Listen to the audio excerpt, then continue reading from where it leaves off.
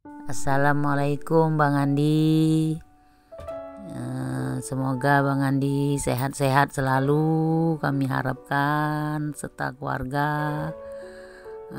Ini nama saya Ibu Rusmina dari Palembang.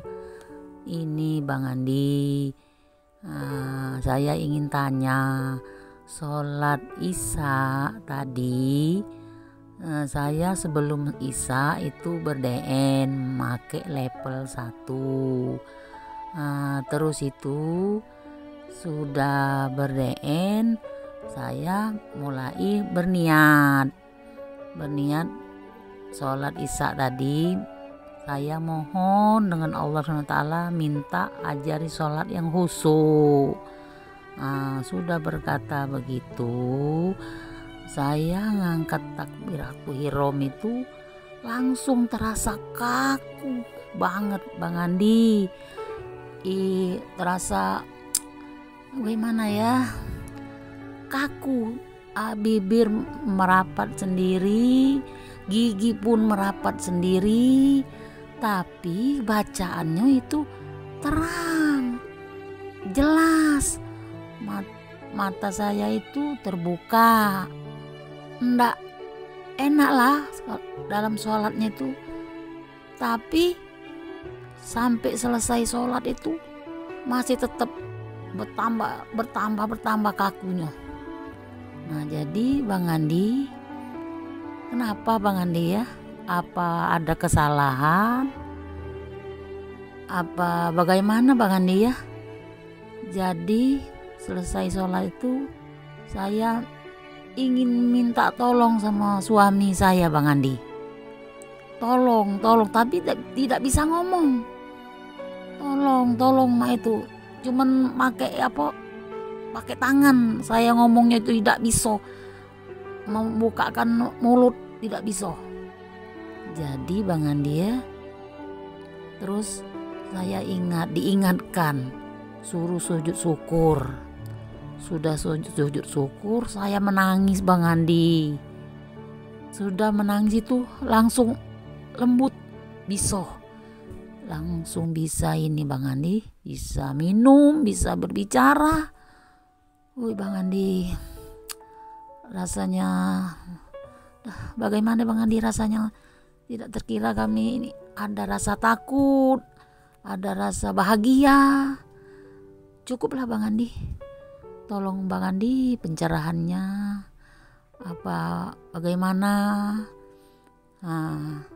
Ini lagi Bang Andi, saya tanya lagi Bang Andi ya. Suami saya ini kalau ber-DN dari mulai maghrib sampai Isya sujud sekali sampai Isya. Baru dia bisa berangkat. Bang Andi, di dalam sujud itu sekali itu terasa kayak kayak hilang ingatan, kembali lagi hilang ingatan, kembali lagi, tapi tidak merasa susah, enggak, rasa enak aja. Tolong pencerahan Bang Andi ya. Kami perlu bimbingan, perlu ya. Mau tanya siapa lagi kalau enggak bertanya sama Bang Andi. Tolong Bang Andi ya. Semoga Allah mengizinkan Bang Andi menjawab pertanyaan ini ya Allah. Agar kiranya Bang Andi sehat selalu. Semoga banyak rezekinya, semoga sukses. Yang kami pelajari ini kami mendapat ridho dari Allah Subhanahu wa taala. Dengan izin Allah Subhanahu wa taala bisa dititipi dengan kami ya Allah. Amin ya rabbal alamin. Saya akhiri, wal billahi taufiq wal hidayah. Assalamualaikum warahmatullahi wabarakatuh. Waalaikumsalam warahmatullahi wabarakatuh. Terima kasih Bu Suminah dari Palembang atas doa-doanya. Amin ya Allah. Ya, mudah-mudahan saudaraku, sahabatku yang lain juga selalu dalam kesehatan. Amin ya Allah. Jadi mengenai pengalamannya dalam sholat, merasa kaku ya. Jadi itu menurut saya itu pengaruh daya. Sama halnya ketika kita berzikir nafas, ada daya ya. Dan daya itu kalau kita nggak bisa kendalikan, di situ ibaratnya jiwa hendak mi'raj tapi jasad belum rileks. Disitulah penyebabnya menjadi kaku. Nah, apalagi kita sholatnya diawali dengan zikir nafas. Sebelum sholat kita zikir nafas dulu kan, baru setelah itu lanjutkan sholat. Daya itu masih ada. Makanya banyak teman-teman ketika diawali zikir nafas dulu baru dia lanjut sholat ya, di situ rasa kesadaran kita lebih peka ya, dayanya juga ada, dan di situ kusuknya luar biasa. Dan beda-beda, ada yang kaku, ada yang rasanya ketarik, ada yang sampai terjungkal ke belakang ya, begitu mengangkat tangan bertakbir, di situ kadang nggak sanggup kita karena daya terlalu besar. Makanya kita disitulah di dalam sholat kan sering diajarin harus tumakninah ya, harus lembut, harus kita jangan banyak bergerak, harus rileks. Jadi jangan terlalu digas dayanya, karena kalau kita belum terbiasa mengontrolnya, di situ kaku. Dalam zikir nafas sering kita alami itu. Makanya terkadang di dalam sholat juga terbawa-bawa ya. Tapi udah benar tadi tuh Ibu Sumina bersujud ya, itu sujud itu untuk menetralkan daya. Jadi teman-teman kalau lagi zikir nafas, lagi sholat kok rasanya kaku, sujud aja. Itu jiwa kita netral lagi, dayanya juga melemah ya. Itu satu. Yang kedua, bang, suami saya dalam berzikir selalu sujud ya, ikutin ya. Bagi teman-teman saudaraku yang lain, ketika berzikir nafas muncul daya sujud ya, ikutin aja. Sampai kapan bang sujud terus ya? Sampai dayanya hilang. Kalau kita ada rasa seolah-olah ditundukkan, ya udah sujud aja. Itu pertanda tunduknya jiwa. Nanti dalam kehidupan jiwa kita tunduk, dalam kehidupan kita menurut, dalam kehidupan kita bertakwa kepada Allah, patuh kepada Allah. Jadi makna sujud dalam zikir nafas adalah tunduknya jiwa ya. Tadi kan dibilang lupa ingatan bang, sebentar ingat, sebentar lupa ingatan, sebentar sadar, sebentar hilang kesadaran ya. Lupa ingatan itu sama seperti orang hilang kesadaran, nggak ingat apa-apa, nggak tahu apa-apa. Tapi kenapa putus sambung? Itu karena kita terlalu hanyut kepada rasa. Makanya dalam zikir itu kan ada rasanya, enak, nyaman, tenang, nikmat, apalagi bahagia, indah. Nggak bisa kita gambarkan itu rasa nikmatnya itu ya. Nah, cuman banyak orang sadarnya kepada rasa nikmat. Nah, di sini zikirnya jadi terputus. Kita mungkin di hati kita masih nyebut itu hu Allah, masih nyebut, tapi kesadaran kepada Allahnya putus.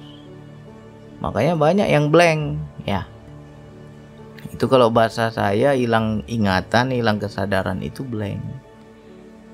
Kita putus dari kesadaran kita kepada Allah. Makanya situ diriku tak ingat bang. Apa yang terjadi aku nggak ingat bang. Ngapain di sana aku nggak ingat bang. Apalagi zikir kepada Allahnya nggak ingat juga ya. Jadi dalam menempuh zikir, apapun bentuk zikirnya, harus ada ingat, harus ada sadar, Ya. Kamu sudah berzikir nafas? Sudah. Wah, apa saja yang kamu rasakan, apa saja yang kamu alami, orang tersebut bisa menceritakan. Begini, begitu, begini, begitu. Berarti dia ingat. Ada juga orang yang nggak bisa menceritakan. Nggak bisa menceritakan, ada dua. Dia mengalami tapi memang nggak bisa diceritakan. Ya, wilayah rasa hanya dirasakan tapi nggak bisa diungkapkan. Saya nggak bisa cerita bang, tapi saya ingat. Nah itu bagus kalau begitu. Tapi kalau dia nggak bisa cerita, habis itu nggak ingat lagi, nggak tahu dia apa yang terjadi di sana, ya itu berarti udah lalai. Ya, itu hanya faedah, hanya sensasi. Allah bilang apa? Bagi yang berzikir hatinya menjadi tenang. Ya. Tenang itu kan faedah, manfaat, atau istilah lain bonus, atau istilah lain sensasi dalam perjalanan. Nah kita nggak boleh mencari itu, nggak boleh berhenti di situ. Ya, makanya saya sering ulang-ulang apapun yang teman-teman rasakan dalam zikir, minta sama Allah. Misalkan kita dalam berzikir nggak nampak apa-apa nih bang, aku nggak ada lihat ini lihat itu bang, apa yang dirasa? Tenang aja bang, minta sama Allah, bukan tenang ini yang aku tuju ya Allah. Nanti kita akan naik lagi ke tahap perjalanan selanjutnya, tenang, nyaman, enak, hampa, kosong. Apalagi bang, tenang kali di sini, enak kali di sini. Nah, bilang sama Allah, ya Allah bukan ini yang aku tuju, yang aku tuju itu Engkau ya Allah. Nanti kita akan pindah posisi, pindah keadaan, pindah sensasi. Ya, sama halnya teman-teman dalam berzikir, nampak cahaya ini, nampak cahaya itu. Itu kan hanya sensasi dalam perjalanan. Ya Allah bukan ini yang aku cari ya Allah, bukan ini yang aku hendak tuju ya Allah. Yang aku hendak tuju itu Engkau ya Allah. Nanti semua pemandangan itu sirna, hilang. Ya, diperlihatkan macam-macam suatu yang indah, menakjubkan. Ya, taruhlah gambaran surga dikasih lihat, bang aku dalam zikir nampak surga bang. Bukan di situ, tinggalkan juga itu surga itu. Ya, nah, terkadang banyak para ahli zikir itu terjebak di sensasi rasa. Apa yang dia rasakan itu, dia menganggap itu sudah terminal terakhir, mentok di situ. Ya kan? Gak boleh. Tenang itu pun harus kita tinggalkan. Tenang, enak, nikmat, nyaman, adem, apalagi indah. Luar biasa bang, bahagia sekali aku bang ketika berzikir itu. Hatiku rasanya lapang bang, nyaman bang. Ya tinggalkan itu. Kita harus sadar, ya Allah bukan ini yang aku hendak tuju, yang aku hendak tuju itu Engkau ya Allah. Harus ada sadar. Ya, bahkan ketika kita mencapai tingkat tertinggi spiritual, yaitu fana. Fana pun tetap ada ingat. Jangan dibilang fana nggak ingat. Kamu sudah mencapai level fana, sudah bang. Kamu ingat nggak? Dia bilang nggak ingat, namanya sudah fana bang. Mana ingat lagi? Berarti belum fana itu. Walaupun kita di level fana, tetap ingat. Tetap kita paham apa yang terjadi. Tetap kita tahu apa rasanya. Ya, jangan kita menganggap bahwa ketika kita mencapai level fana itu ya udah nggak ingat apa-apa. Ya itu bukan zikir namanya. Itu lalai, terjebak dengan sensasi rasa. Ya, sampai kita itu sudah istilahnya ya mau kemanapun perjalanannya ya tetap ingat, tetap sadar. Nah, cuman terkadang ketika kita sudah sampai di situ ya itulah yang dikatakan Allah sir. Hambaku rahasiaku dan aku rahasia hambaku. Nggak bisa mulut kita ini ngomong sama orang. Seperti apa itu di sana?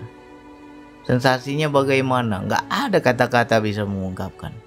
Tetapi kita paham, kita ngerti, kita ingat, kita sadar. Ya. Nah itulah maknanya sir tadi. Hanya kita sama Allah yang tahu. Ya. Orang lain nggak bisa tahu, kita pun nggak bisa cerita. Tapi kita ingat.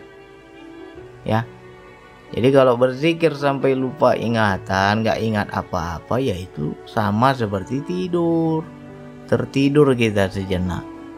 Habis itu sadar lagi, tidur lagi, sadar lagi. Karena apa? Terlena oleh ketenangan. Apapun bentuk zikirnya, kalau teman-teman merasakan nikmat, enak, nyaman, jangan terlena. Ya.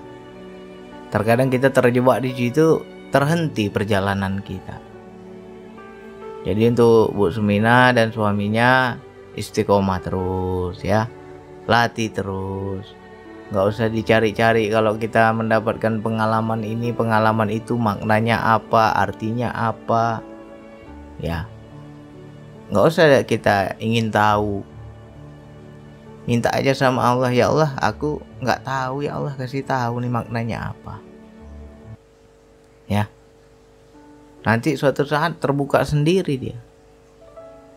Ya. Jadi untuk saudaraku, sahabatku yang lain, apabila mengalami hal yang sama, ya itu diulang-ulang lagi lah. Ada dua ya orang yang lupa ingatan. Yang pertama dalam zikir. Dalam zikir dia nggak ingat apa-apa. Habis itu tersadar. Ingat lagi dia.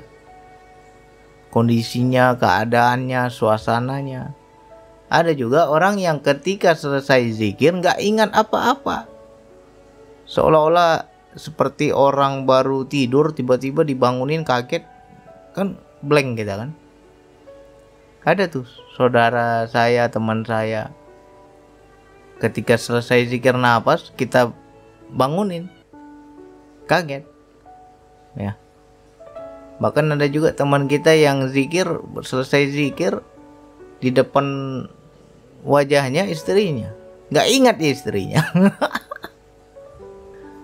Ya, ada tuh sekitar 2 detik, 3 detik. Blank sebentar ya. Habis itu ingatannya kembali lagi. Ya.